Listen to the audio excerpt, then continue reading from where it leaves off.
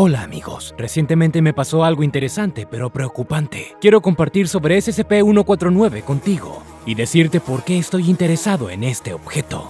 Me llaman Detective Void, pero realmente solía ser detective. Me retiré para centrarme en estudiar la Fundación SCP. Imagina mi sorpresa cuando en mi vida anterior, por así decirlo, llegó una comisión a mi antiguo correo electrónico. Ni siquiera le habría prestado atención si no fuera por un detalle muy importante. La carta estaba dirigida al Detective Void. Admito que el cliente me intrigó, así que tomé el riesgo y accedí a una reunión. Así comenzó el caso SCP-149. El objeto también se llama los mosquitos de sangre. Pertenece a la clase Keter y es capaz de destruir a toda la humanidad. Varios ejemplares de esta especie se mantienen en una zona de la fundación, en un recipiente especial de plexiglas. Está completamente sellado a excepción del sistema de suministro de oxígeno seguro. Se suministra aire combinado con una neblina de nutrientes a la cámara cada 2 horas. Según todos los informes, los especímenes de SCP-149 son mosquitos comunes, excepto que portan una cepa anómala de retrovirus. La fundación lo llama SCP-149-A. Los retrovirus son patógenos que modifican las células de los organismos vivos infectados, lo que hace que las células produzcan más de su propio tipo. El VIH es el más conocido de estos tipos de virus. Ahora imagina que también es una enfermedad causada por un agente anómalo. Mi cliente que envió la carta resultó ser un hombre con signos evidentes de insomnio, paranoia y otros trastornos mentales. Afirmó que fue secuestrado por una organización secreta para experimentos extraños y que su memoria fue borrada después. Entre otras cosas, recordó los horrores en sus sueños sobre mosquitos asesinos que habían infestado a todo el planeta. Quería que encontrara pruebas para esta teoría suya de la abducción. Entonces, ¿por qué exactamente me encargué de investigar este caso? Primero, además de la paranoia, el hombre tenía algunos materiales interesantes. Me trajo una memoria USB con datos secretos de la fundación. ¿Sabes lo que es una memoria USB? En segundo lugar, definitivamente era un empleado de la fundación, o todavía lo es. Soy un buen teórico de la conspiración, pero él me interesó de alguna manera. Después de que apareció, lo más lógico habría sido mantener un perfil bajo, pero ese no es mi estilo. Y tercero, estaba interesado en un objeto SCP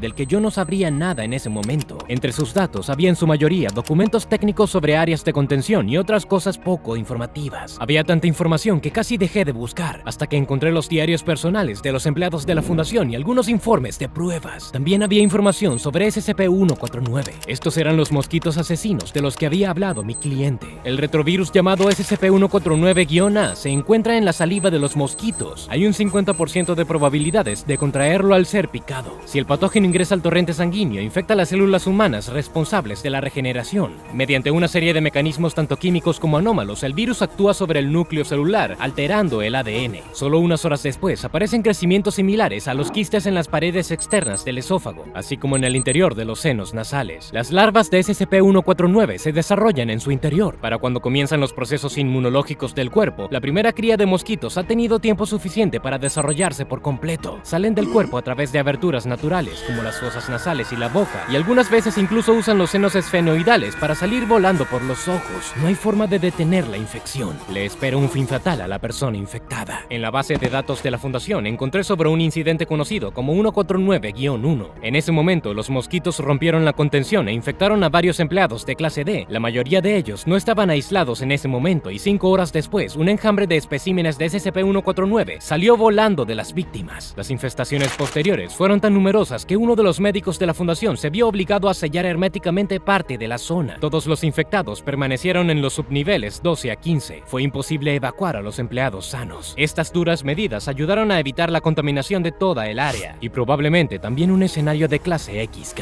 Esta clasificación se refiere a la extinción total o parcial de la humanidad debido a un objeto Keter. El incidente 149-1 condujo al desarrollo del protocolo 42 Charlie. Fue aprobado personalmente por el miembro 12 del Consejo O5. El protocolo debe iniciarse cada vez que alguien se infecta con SCP-149. No logré poner mis manos en esos documentos, pero presumo que este plan de acción hace que el Comité de Ética quiera arrancarse los pelos. Después de estudiar SCP-149, comencé a preguntarme quién era mi cliente. Afirmó que se le realizaron experimentos que, en la fundación, solo ocurre con los empleados de clase D. Él no podía ser uno de ellos, porque la clase D se recluta entre los prisioneros y no son exactamente liberados. Además, no tenía características similares a los de un empleado de clase D y no mostraba un comportamiento agresivo. Dada la información en la memoria USB, definitivamente había trabajado en la fundación y tenía al menos una autorización de seguridad de nivel 2. También estaba al tanto de SCP-149. Basado en esto, comencé a buscar en los archivos. Las fotos del personal de la fundación SCP SCP rara vez se adjuntan en sus archivos, por lo que no puedo decir esto con la mayor certeza, pero mi cliente probablemente sea el Dr. Timothy Burns. Era un miembro del personal médico de la fundación con autorización de seguridad de nivel 2. Lo llamaron Doc Burns, que incluso se menciona en su expediente. El experto se graduó con honores en la escuela de medicina, pero tenía una reputación dudosa. Durante su época de estudiante, supuestamente robó cuerpos de la morgue local, que luego fueron encontrados por todo el edificio en varias poses. Se sabe que la fundación se interesó en Burns porque ayudó a capturar uno de los objetos SCP. Se desconoce qué tipo de objeto era, pero dicen que Doc lo golpeó con una bandeja quirúrgica. El médico acusó a la criatura de robarle el almuerzo. El hombre explicó la golpiza con las palabras: "El pequeño bastardo tuvo que pagar". Burns fue contratado para trabajar en la fundación. Durante mucho tiempo estuvo inscrito en el departamento médico de la zona 19 y también actuó como empleado auxiliar. Fue enviado regularmente con agentes a lugares donde se descubrieron nuevos objetos con el fin de colocarlos en contención. El servicio de la Fundación SCP no cambió particularmente el carácter del científico. Recibió una serie de amonestaciones disciplinarias. Intentaron que dejara de guardar su comida en la morgue, pero Doc dijo en respuesta que hace mucho más frío allí, es decir, más frío que en el frigorífico de la cocina corriente en la sala del descanso. Burns también recibió múltiples reprimendas para el uso de empleados de clase D en una manera inapropiada. El médico, a su vez, no vio que estaba mal en su comportamiento y afirmó que los empleados de clase D eran excelentes taburetes. Se sabe que Doc estuvo involucrado en el mantenimiento inicial de los objetos SCP numerados 221, 783 y 1450. Trabajó con SCP-137 en colaboración con el Dr. Mann, pero lo más importante, estuvo involucrado con SCP-149. La última vez que se presentó un informe disciplinario contra Burns, había venido a trabajar bajo la influencia de alguna sustancia desconocida. Se asumió que era alcohol o algún tipo de compuesto natural, pero las palabras del científico sugirieron que podría haber usado sustancias narcóticas. El científico comenzó a ponerse ruidoso y se molestó mucho cuando solo pudo nombrar 46 dígitos del número pi. Intentaron enviar al médico a casa, pero él se untó la cara con pastel de chocolate y gritó con obscenidades que era Rick James. Para aquellos que no lo sepan, es un famoso cantante y compositor afroamericano. El músico se había dejado llevar por las drogas y murió en 2004. El castigo oficial por la escapada de Burns fue su degradación, pero no me sorprenderían que solo trataran al científico con amnésicos y lo dejaran suelto en el mundo. Han pasado 10 años desde la redacción de este protocolo. Después de tanto tiempo, podrían haber surgido recuerdos intrusivos de su trabajo. Lo más probable es que presenció el incidente 149-1. El científico entendió que una brecha en la contención de los mosquitos de sangre provocaría un contagio a escala global, y ahora este recuerdo está regresando a él en sus pesadillas. El objeto SCP-149 en sí no es tan fantástico. Se encuentran mecanismos de reproducción similares en varias especies conocidas de parásitos. Utilizan el cuerpo de su anfitrión para la nutrición y la reproducción. Por ejemplo, hay garrapatas que pasan por 4 etapas de desarrollo, desde huevo hasta adulto, y por cierto, también se ven ensangrentadas. Estas criaturas incluso infectan a sapos, tortugas, codornices y por supuesto a las personas. Los huevos se convierten en larvas que se alimentan de las células de sus presas. Una vez en la piel, liberan una enzima digestiva que disuelve las células en una sopa nutritiva. El parásito se arrastra debajo de la piel, la come y vive debajo de ella, causando picazón severa, hinchazón, enrojecimiento y erupciones. La diferencia en la reproducción de las garrapatas y el SCP-149 es que al comer lo suficiente para transformarse en un adulto, la larva de Trumbiculidae cae al suelo. Allí se convierte en pupa, de la que posteriormente aparece una garrapata adulta. Una peculiaridad de SCP-149 es que los mosquitos no llevan sus huevos directamente a la sangre del huésped, sino un virus. Es muy posible que los mosquitos de sangre fueran creados por humanos durante experimentos con sujetos anómalos. El objeto podría haberse desarrollado como una forma de destruir a la humanidad. Los mosquitos siguen siendo una causa del mayor número de muertes, ya que son portadores de una multitud de enfermedades difíciles de tratar. En cuanto a mi cliente, probablemente era un empleado de la fundación y fue tratado con amnésicos después de su despido, pero eso no explica cómo me encontró. Hace tiempo que sospecho que los agentes de la fundación me vigilan de cerca. Es posible que hayan utilizado a su antiguo empleado para atraerme, pero eso todavía deja la pregunta: ¿por qué las operaciones no tomaron ninguna medida cuando me reuní con mi cliente? Una persona común no podría obtener los datos que Doc me trajo en la memoria USB, y ningún civil podría ser capaz de averiguar mi correo electrónico. Eso es seguro. Tendré que pensar en esto más tarde, pero por ahora volvamos a SCP-149. Este objeto parece ordinario, pero para mí es bastante espeluznante. Son pequeños y bastante terrestres, pero te matarán fácilmente. Y antes de que suceda, su víctima se convertirá en una incubadora de todo un ejército de nuevos SCP. En una escala del 1 al 10, ¿cómo calificarías de escalofriante a SCP-149? Comparte lo que piensas abajo en los comentarios y no dudes en darle me gusta, porque ustedes son mis mejores espectadores. Nos vemos en el próximo video.